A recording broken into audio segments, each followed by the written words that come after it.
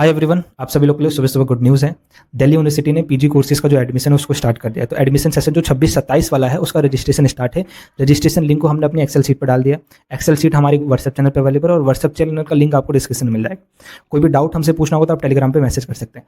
Delhi university ने link के साथ अपना नया प्रोस्पेक्टिव भी निकाला है।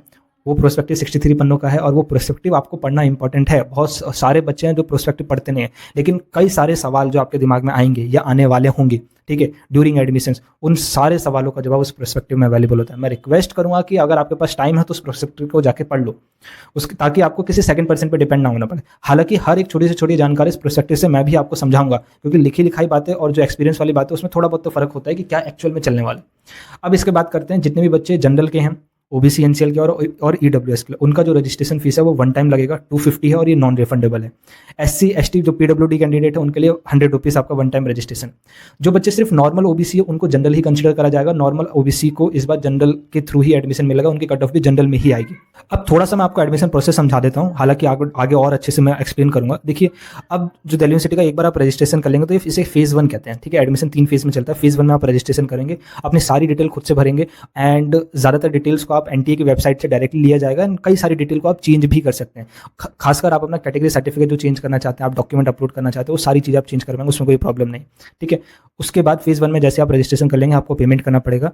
7 जून से पहले आप पेमेंट कर दीजिएगा। जैसे एक बार पेमेंट हो जाएगा उसके बाद आपके पास जो फेज़ 2 है वो ओपन करा जाएगा कुछ दिन बाद। उस फेज़ में आपको बेसिकली आपको अपनी प्रेफरेंस लिस्ट फिलिंग करनी पड़ती है। Course and college and department की अपनी एक प्रेफरेंस बनानी पड़ती है। प्रेफरेंस लिस्ट बनाते समय कुछ कॉमन मिस्टेक ये बच्चे लोग कर देते हैं कि सब लोग क्या करते हैं कि हमेशा ये सोचते हैं कि कम मार्क्स आए तो low grade college low grade course को ऊपर रख देंगे तो वो पहले मिल जाएगा। ऐसा कुछ भी नहीं होता। एट द एंड एडमिशन आपके मार्क्स के बेसिस पे ही होगा।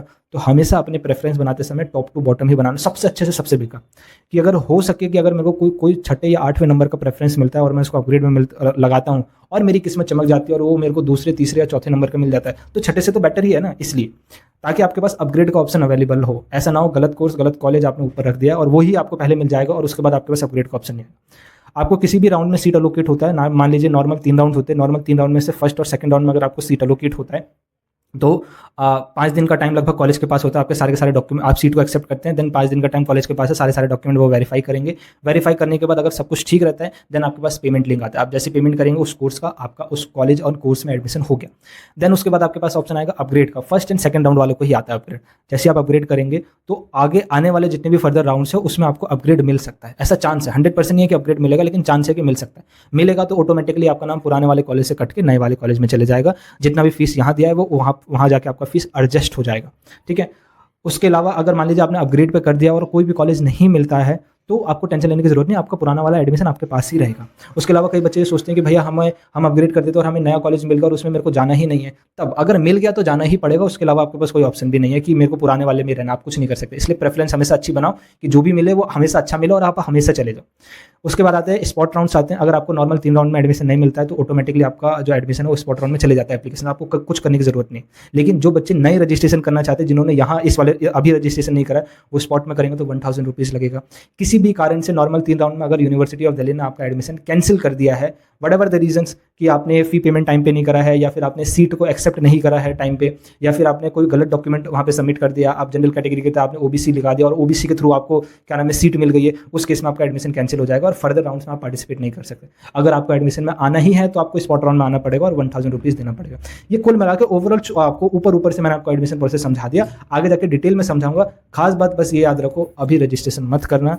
रजिस्ट्रेशन के टाइम पे कुछ भी प्रॉब्लम हुआ, कोई भी यूनिवर्सिटी अपनी जिम्मेदारी लेती नहीं है, क्योंकि अगर आप उस यूनिवर्सिटी में पढ़ रहे हो या ऑलरेडी उस यूनिवर्सिटी को जानते हो तो आप जानते हो कि उस यूनिवर्सिटी का एडमिशन प्रशासन किस तरीके से काम करता है, ठीक है। सारी यूनिवर्सिटी का जो प्रशासन है ऑलमोस्ट सोया ही रहता है। तो अगर कोई गलती वेबसाइट से भी होगी वो गलती आपकी ही मानी जाएगी, ठीक है। तो कोई गलत डॉक्यूमेंट आपने सही सबमिट करा है, वेबसाइट ने गलत लिया, लेकिन गलती आपकी होगी, फिर आप भागादौड़ी करोगे, चक्कर काटने पड़ेंगे। फी पेमेंट कर दिया, पेमेंट अटक गया, रजिस्ट्रेशन ब्लॉक हो गया, फिर आपको प्रॉब्लम होगी। तो इसलिए अभी मत करो, लगभग 20 मई के बाद ही करना। कोई फर्दर डाउट आता है मेरे से पूछ लीजिएगा, सारी इंपॉर्टेंट लिंक्स आपको डिस्क्रिप्शन में मिल जाएगी। व्हाट्सएप चैनल ज्वाइन कर लो, पर्सनल डाउट पूछने के टेलीग्राम ग्रुप पर उसको ज्वाइन कर लो। चैनल पर पहली बार सब्सक्राइब रखो, बेल आइकन हिट रखो। ऐसी मोर अपडेट्स मोर जानकारी आपको एक्सेल शीट में हम अपडेट करते रहते हैं ताकि आपको इधर उधर भटकना ना पड़े।